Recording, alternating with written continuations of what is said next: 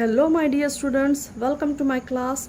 Myself, Humaira Nas. Today I am teaching you Maharashtra State Board Standard 11th Physics, Chapter 8 Sound.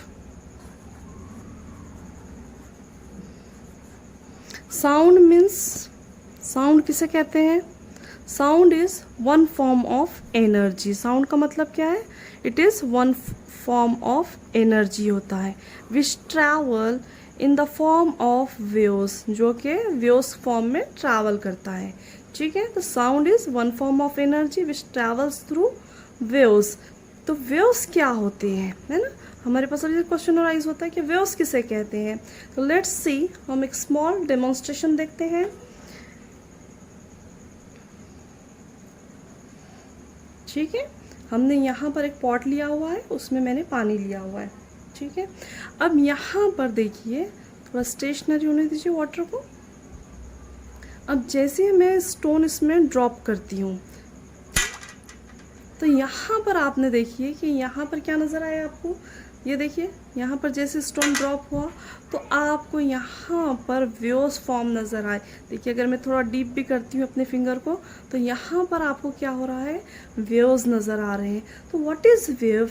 Wave is an oscillatory disturbance. तो waves किसे कह रहे हैं हम, यानी कि ये जो डिस्टर्बेंस प्रोड्यूस हो रहा है, तो उसको हम क्या कहेंगे, वेव्स कहेंगे. तो waves is nothing but an oscillatory disturbance traveling through a medium without a change of form is called wave.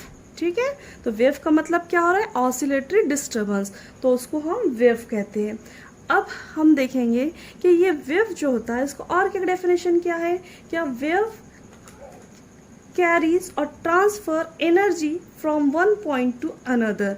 ठीक है, अब यहाँ पर हम देखते हैं, मैंने एक छोटा सा पीस ऑफ वुड लिया हुआ है, एक लकड़ी का टुकड़ा लिया हुआ है, यहाँ पर रखा हुआ है. जैसे मैं यहाँ पर स्टोन ड्रॉप करती हूँ, तो ये जो वुड का हेड नज़र आ रहा है आपको, ये अप्स एंड डाउन होता है. ठीक है, यहाँ पर ये लास्ट पॉइंट पर नहीं जा रहा है, कॉर्नर्स पे नहीं जा रहा है, बल्कि क्या कर रहा है, वहीं पर अप्स एंड डाउन्स परफॉर्म कर रहा है. ठीक है, तो यहाँ पर आपको वेव समझ में आ गया. वेव्स का मतलब होता है oscillatory disturbance traveling through a medium without a change of form is called wave, or a wave carries or transfer energy from one point to another. Okay, हम एनर्जी ट्रांसफ़र के लिए और क्या डेमोन्स्ट्रेशन देख सकते हैं. मैंने यहाँ पर ये 1 2 4 मैच बॉक्सेस लिया हुआ है. ठीक है, लेट्स सी, यहाँ पर इस तरीके से मैच बॉक्स लिया हुआ है. जैसे मैं यहाँ पर एक मैच बॉक्स को अगर मैं यहाँ पर पुश करती हूँ या धक्का देती हूँ, तो क्या हो रहा है, पूरे गिर जा रहे हैं. तो यानी कि यहाँ पर मैंने एनर्जी तो सिर्फ इसको फर्स्ट वाले को दी थी, तो एनर्जी देने से क्या हुआ कि सेकेंड थर्ड फोर्थ इस तरीके से, तो यहाँ पर एनर्जी ट्रांसफ़र हुई from this point two this point. ठीक है, यहाँ पर ये मैच बॉक्स यहाँ जाके इसको गिराया क्या, नहीं, बल्कि यहाँ पर क्या हुआ है कि एक को देने के बाद क्या किया उसने, सबको एनर्जी ट्रांसफ़र हुई, यहाँ तक एनर्जी ट्रांसफ़र हुई. ठीक है, तो वैसे ही हमारे वेव्स में क्या होते हैं, जो पार्टिकल्स होते हैं वेव में, यहाँ पर वेव जो होती है, तो वो क्या करता है, ये पार्टिकल यहाँ पर जाके इसको एनर्जी ट्रांसफ़र करता है और फिर अपने ओरिजिनल प्लेस पे रिटर्न आता है. ठीक है, तो यहाँ पर आपको समझ में आ गया कि वेव क्या है. It is an oscillatory disturbance traveling through a medium without a change of form is called a wave. A wave carries or transfer energy from one point to another. It is doubly periodic. अब periodic किसे कहते हैं, doubly periodic word use कर रहे हैं. तो doubly periodic का meaning क्या होगा कि periodic in time and periodic in space. Okay, तो at every location the wave motion repeats itself at equal interval of time, hence it is periodic in time. Okay, doubly periodic किसे कहते हैं हम, यानी कि यहाँ पर periodic in time and periodic in space, यानी कि जो वेव मोशन है वो क्या होता है, periodic in time होता है, periodic in space होता है. periodic in time का मतलब क्या हो रहा कि after equal interval of time the wave motion repeats itself, यानी कि वेव मोशन क्या करता है, रिपीट करता है itself at equal interval of time, hence it is periodic in time. Similarly at any given instant the form of wave repeats at equal distances, hence it is periodic in space। तो इन दोनों की वजह से, यानी कि periodic in time और periodic in space होने की वजह से that is called as doubly periodic। इसी वजह से हम इसे क्या कहते हैं, doubly periodic कहते हैं। ठीक है, अब different types of waves हम देखेंगे, डिफरेंट टाइप्स ऑफ वेव्स। ठीक है, तो first of all matter waves. What is matter waves? Matter waves are also called as de Broglie waves. De Broglie लिखा हुआ है, BROGLIE, इसको हम डी ब्रॉय भी प्रोनाउंस करते हैं। डी ब्रॉगली वेव्स और डी ब्रॉय वेव्स कहते हैं। तो there is always a wave associated with any object if it is in motion. ठीक है, या फिर और these waves are associated with moving particles of matter like electrons, protons, neutrons, atoms and molecules. यानी कि ये जो वेव होती है it is associated with moving particles होती है, इसीलिए हम इसको मैटर वेव्स कहते हैं। और जनरली इसको हम क्वांटम मैकेनिक्स या वेव मैकेनिक्स में स्टडी करते हैं। तो this is about the matter waves. Now the second wave is EM waves. EM waves, that is the electromagnetic waves। अब इलेक्ट्रोमैग्नेटिक वेव्स के नेम से ही हमको समझ में आ रहा है कि यहाँ पर इलेक्ट्रो मतलब इलेक्ट्रिक फील्ड, मैग्नेटिक मतलब मैग्नेटिक फील्ड। तो these waves are generated due to periodic vibrations in electric and magnetic fields। These waves can propagate through material media, however material medium is not essential for their propagation। Examples are light waves, X-rays, microwaves।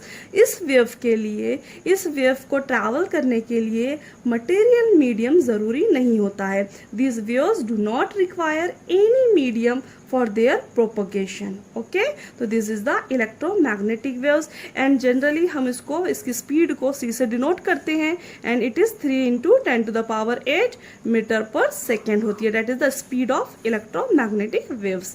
ठीक है, now the next is mechanical waves. That is important wave जिसको हम detail में study करना है।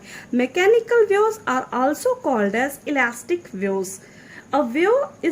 A mechanical wave is said to be mechanical if a material medium is essential for its propagation or these waves require a medium for their propagation।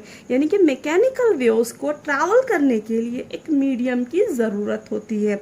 ठीक है, तो यहाँ पर मैकेनिकल वेव्स को हम इलास्टिक वेव्स भी कहते हैं और इसका एग्जाम्पल है water waves, sound waves, seismic waves. तो ये साउंड वेव्स को ही हमको एक्चुअल में स्टडी करना है, साउंड चैप्टर का नाम है हमारा। ठीक है, उसके बाद ये जो मैकेनिकल वेव्स है तो इसके लिए मीडियम की ज़रूरत है। Medium is essential. तो मीडियम कैसा होना चाहिए तो उसको हम देखेंगे। ठीक है, तो मीडियम के कुछ प्रॉपर्टीज है। नाउ सी,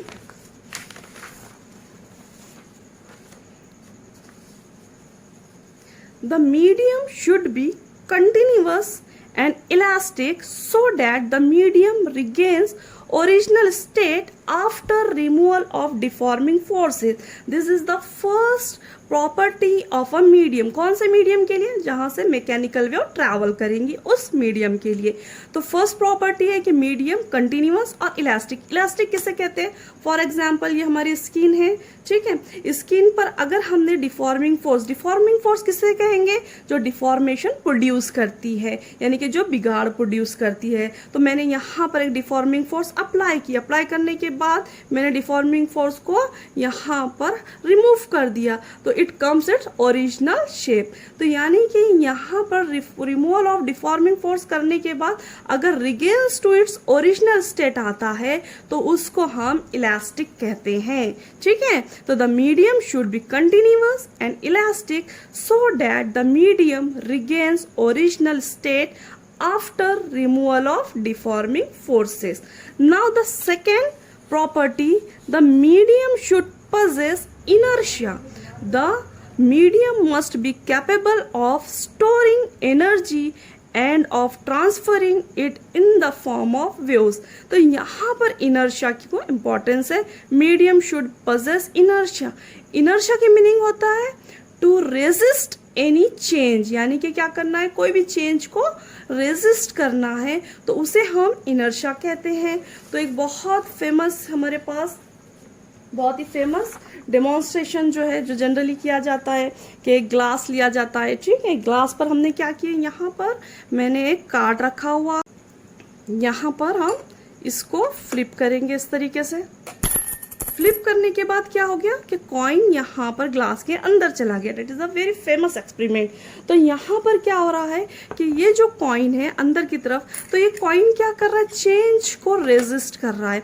यानी कि यहाँ पर कार्ड क्या हो रहा है, अंदर की तरफ ये कार्ड जो है वो बाहर की तरफ चला जा रहा है, और ये जो कॉइन है वो इनसाइड द ग्लास जा रहा है। तो this is the example of rest inertia. वैसे फॉर एग्जाम्पल अगर यहाँ पर स्पीड ब्रेकर है और कोई गाड़ी फास्ट इस तरीके से आ रही है, तो जैसे ही यहाँ पर स्पीड ब्रेकर आ गया तो गाड़ी क्या हो जाती है, स्टॉप हो जाती है, सडन स्टॉप हो जाती है। तो यहाँ पर जो अंदर पैसेंजर है, दे एक्सपीरियंसेस अ फोर्स, यानी कि वो सामने की तरफ आते हैं, वो एक्सपीरियंस करते हैं एक फोर्स को। तो यहाँ पर क्यों, क्योंकि उनकी जो बॉडी होती है वो मोशन में होती है और वो रेजिस्ट करती है एनी सडन चेंज। जो चेंज हो रहा है उसको बॉडी क्या करती है, रेजिस्ट करती है, और उसको हम कहते हैं इनर्शिया ऑफ मोशन। ठीक है, होप सो कि आपको इनर्शिया समझ में आया होगा। इनर्शिया का मतलब क्या है, टू रेजिस्ट एनी चेंज। तो यहाँ पर मीडियम कैसा होना चाहिए, the medium should possess inertia.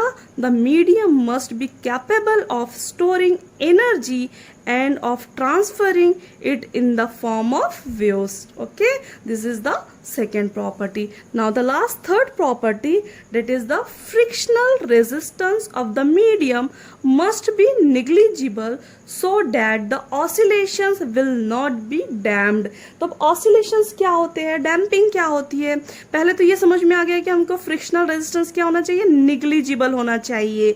तो क्यों, क्योंकि so that the oscillation will not be damped। तो oscillation का मतलब होता है कि फॉर एग्जाम्पल हमने यहाँ पर एक एग्जाम्पल लिए है, यहाँ पर मैंने एक बीड लिया हुआ है, उसको थ्रेड टाई किया हुआ है। तो देखिए यहाँ पर ये क्या कर रहा है, ऑसिलेशंस परफॉर्म कर रहा है। मैंने क्या किया, इसको पहले हम इसको रेस्ट पोजीशन में लाएंगे। अगर हमने थोड़ा सा इसको इस तरीके से डिस्प्लेस करें तो इट परफॉर्म्स द ऑसिलेशंस। अब यहाँ पर क्या होगा कि जैसे धीरे धीरे धीरे करके यहाँ पर क्या हो रहा है, ये जो ऑसिलेशंस है वो स्लो स्लो स्लो स्लो हो गए, और ये थोड़ी देर के बाद हमारा बीट रुक गया है। तो it means that this is called as damping. यानी कि यहाँ पर जैसे रिलीज करें तो ऑसिलेशन फास्ट होते हैं, और धीरे धीरे करके एम्पलीट्यूड क्या होता है, डिक्रीज होता है, और that is called as damping. ठीक है, तो frictional resistance of the medium must be negligible so that the oscillation will not be damped. तो these are the properties of medium for mechanical waves. Okay, thank you very much for watching my video.